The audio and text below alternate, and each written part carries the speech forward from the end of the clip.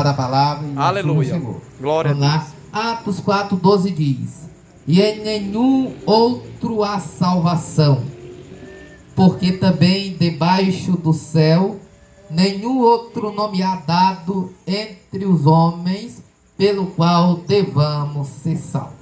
Rapidamente, você, meu amigo que está nos ouvindo, tem uma pessoa amiga aqui, uma visitante, né? Amiga aqui, vizinha, a mãe do João Vitor, Deus abençoe. Cadê ele? Ah, entendi. Deus abençoe. E vamos compartilhar um pouco aqui sobre o que é a salvação. O que é a salvação? Aqui em Atos capítulo 4, versículo 12 diz: e em nenhum outro há salvação, só em Jesus Cristo, o nosso Senhor. Os discípulos tinham a convicção de que a maior necessidade de cada indivíduo era a salvação do pecado e da ira de Deus. E pregavam que essa necessidade não poderia ser satisfeita por nenhum outro, senão Jesus Cristo. No céu, na terra, em qualquer lugar, o único que pode trazer salvação é Jesus Cristo. E o que é a salvação? O que é isso? Primeiro, é um ato soberano de Deus. A salvação é um ato soberano de Deus. A salvação é um ato da soberana vontade de Deus, que em seu Filho nos reconciliou consigo mesmo. 2 Coríntios 5:18 diz: e tudo isto provém de Deus, que nos reconciliou consigo mesmo por Jesus Cristo e nos deu o ministério da reconciliação. Isto é, Deus estava em Cristo reconciliando consigo o mundo, não lhes imputando seus pecados, e pôs em nós a palavra da reconciliação. A salvação é a demonstração do grande amor de Deus em favor da humanidade condenada pelo pecado. Deus nos reconciliou com Ele mesmo através de Jesus Cristo.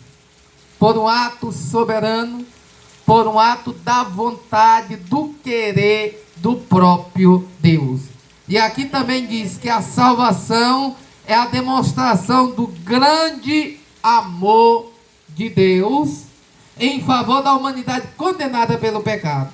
Em Romanos capítulo 3, versículo 10 diz: como está escrito, não há um justo, nenhum sequer, não há ninguém que entenda, não há ninguém que busque a Deus, porque todos pecaram e destituídos estão da glória de Deus. O pecado original de Adão, o pecado original de Eva, maculou a humanidade, fez com que a humanidade viesse estar sobre o pecado, sobre o domínio do pecado. E o pecado afetou o homem nas suas esferas física, mental, moral e espiritual. Ou seja, em toda a área do ser humano. Toda causa tem as suas consequências. A causa foi o pecado. E as consequências do pecado nós vamos ver aqui. Devido ao pecado do homem, veio as consequências. Mas em Jesus Cristo veio a salvação. Aleluia. Em Jesus Cristo veio o escape. Porque salvação significa livramento, resgate, remissão, escape. E vamos ver algumas consequências do pecado. Primeira consequência, o medo. Gênesis 3:8-10. Resista pela primeira vez que a criatura, ao ouvir a voz do Criador, sentiu medo e escondeu. Aí nós vamos lá para a historinha conhecida de todos nós, de Gênesis. Quando o homem pecou, o homem, melhor dizendo, antes, o homem tinha relacionamento com Deus, falava com Deus todos os dias. Mas quando ele pecou, o que é que ele faz? Ele se esconde, ele passa a ter medo, ele passa a ter temor. E é uma das consequências do pecado, o medo. O medo, na sua forma normal, é bom, mas quando se torna um exagero, se transforma numa, podemos dizer, algo perigoso para aquele é que tem o medo, que vive dominado pelo medo. A segunda consequência do pecado é a maldição sobre a terra e o trabalho, com pesados esforços físicos e dor todos os dias de sua vida. Gênesis 3, 17 e 18. O homem, quando Deus plantou o homem no jardim do Éden, ele botou para trabalhar, para cuidar. Mas quando o homem peca, aí isso se torna pesado. Isso se torna dificultoso. É errado trabalhar? Não. Mas agora o homem vai dar o seu suor, vai dar a sua vida no seu trabalho também. É uma consequência do pecado. E em terceiro lugar, outra consequência do pecado é a morte.